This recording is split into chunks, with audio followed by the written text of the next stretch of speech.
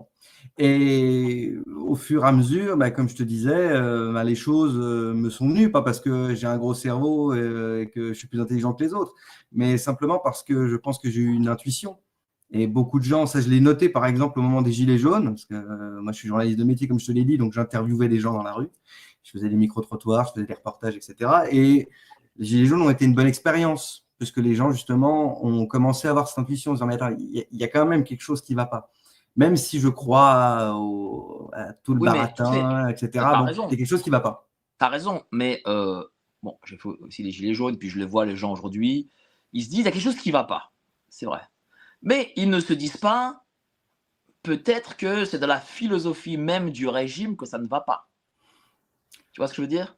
Ah oui, bah, c'est une histoire d'étage.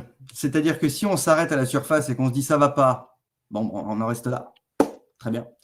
Et puis, si on se met à creuser, là, tout d'un coup, les choses peuvent changer. Mais creuser, ça veut dire faire un effort.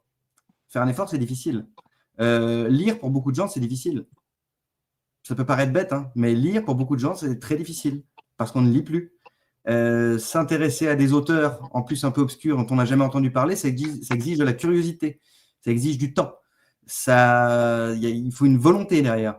Et beaucoup de gens n'ont pas le temps. Beaucoup de gens se disent bah, c'est bien, mais moi, des bouquins, j'ai pas le temps, je travaille. Bon, j'entends les 3 trucs sur Internet. C'est bien beau, et ça, c'est un truc que je répète sans arrêt, hein. Et j'ai eu une chaîne sur YouTube, etc. Donc, je comprends très bien, moi, la démarche de GPTV, Toxin et autres. Mais une vidéo ne remplacera jamais la lecture. Jamais. Jamais. Ce qui se passe sur Internet, c'est très bien, mais ce n'est pas une université aussi, hein. Et on apprend, on retient et on commence à vraiment décortiquer à partir du moment où on lit. Parce que là, les choses deviennent cohérentes. C'est comme ça qu'on articule une pensée. Bah, tu as Alors, totalement raison.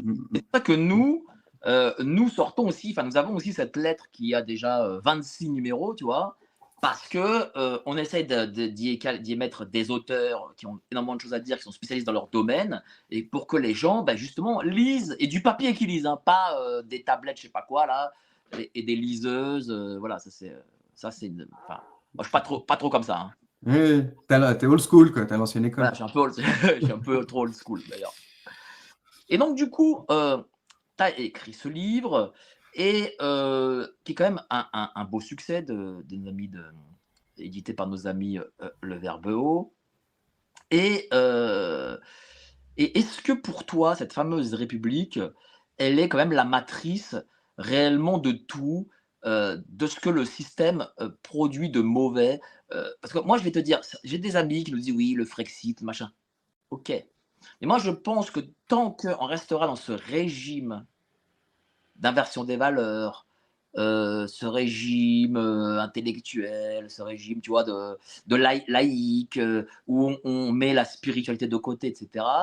Mm. Euh, et même si demain, parce que le Frexit, parce que je ne sais pas quoi, nous gagnons tous l'équivalent de 5, 10, 15 000 euros et que nous roulions en Porsche, je pense que, j'en suis persuadé même, que en réalité, la vision républicaine, en réalité, ne nous apporte pas le bien, ne serait-ce que de la foi, de l'âme, nécessaire, et nous pervertit au final. Je ne sais pas ce que tu en penses? Alors, c'est